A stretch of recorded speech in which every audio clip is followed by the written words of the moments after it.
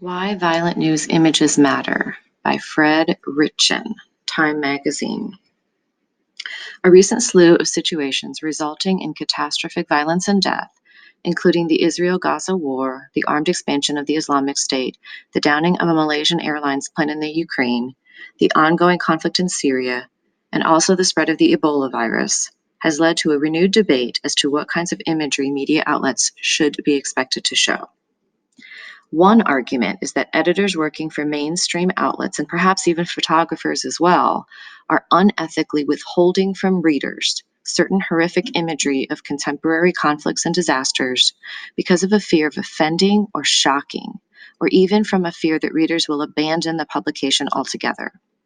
In his new book, War Porn, photographer Christer Bangert asks, how can we refuse to acknowledge a mere representation, a picture of a horrific event, while other people are forced to live through the horrific event itself?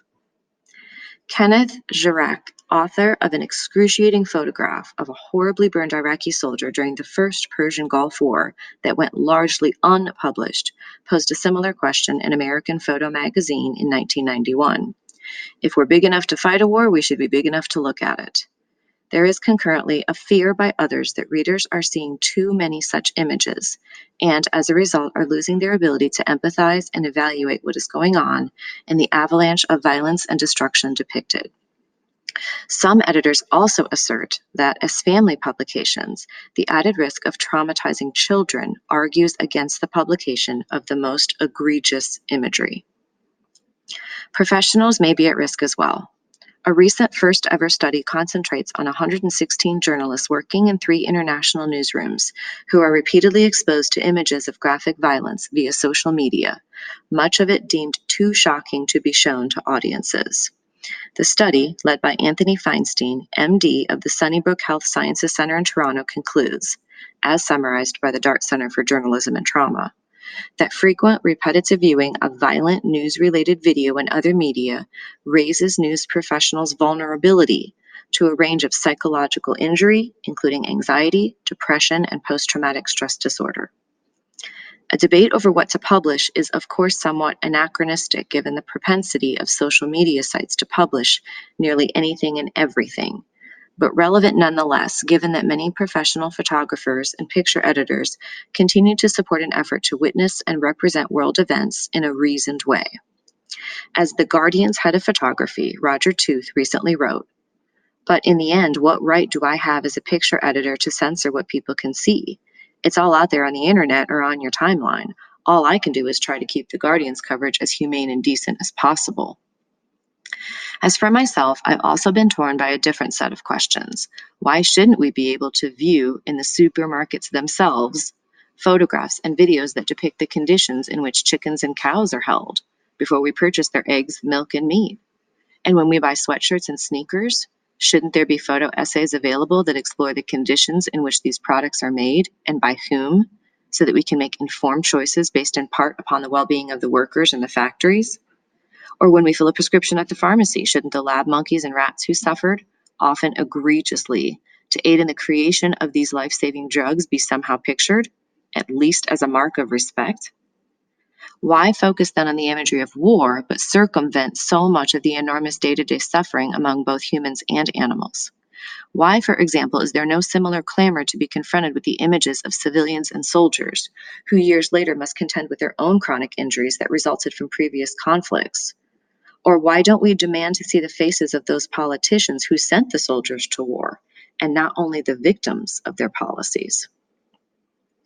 I suspect that part of the answer as to why we have such a fascination with viewing large-scale violence is its contested, apocalyptic nature, as if a struggle for good against evil might be played out before the camera, with elements of heroism, bravery, betrayal, and cowardice, and with winners and losers.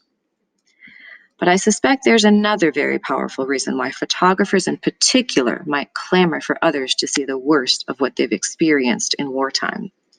Despite serious misgivings about invading the privacy of others, photographers have often maintained that they feel it necessary to witness and represent the deaths, calamitous injuries, and grief that they discover in conflict situations, and in many cases have been asked to do so by those who are its victims.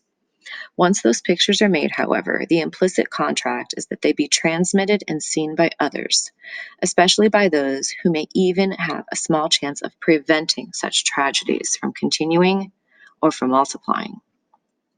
As for the readers, though, it may not be always doing them a service to burden them with one's own most visceral sense of horror, at least on a continual basis. Should a large number of those victimized by violence be confronted by a reader looking at one wrenching image after another without sufficient political recourse to ameliorate the great majority of what's depicted, the larger world may seem so senseless and repugnant that the reader tries to disconnect, hardly the result that an eyewitness would want. Personally, I find that I cannot look at every image of a disaster that is published, and I try not to. But whether I look at these photographs or not, their existence remains important. They provide reference points for both the present and the longer view of history. Whatever pictures I see, I can imagine so many that I have not looked at, and so many more agonizing moments of private torment that will never be witnessed. Whatever publications show, I know that the ramifications of the pictures are probably much, much more complex than could be contained in the fractional second depicted. This awareness is also fueled by social media. One knows that the descent into hell takes many steps, and an increasing number of them can be found only a click or two away from what mainstream media presents. There is no calculus to determine the most effective way to show horror, but certainly it would be important to investigate the processes that engender it, and not just the shocking results, no matter how visual. It would be also helpful to begin to try and trace alternatives to such catastrophes, and to provide examples of even partial resolutions. Then show those who must endure the traumas of war once the spectacle has faded, the physically and psychologically wounded, orphans, widows, parents left without children, and remember them in the years to come. And finally, begin contemplating the best of the photography of peace, and not only that of war, the beauties of ceasefires and of healing and of some of the horrors that were prevented from happening.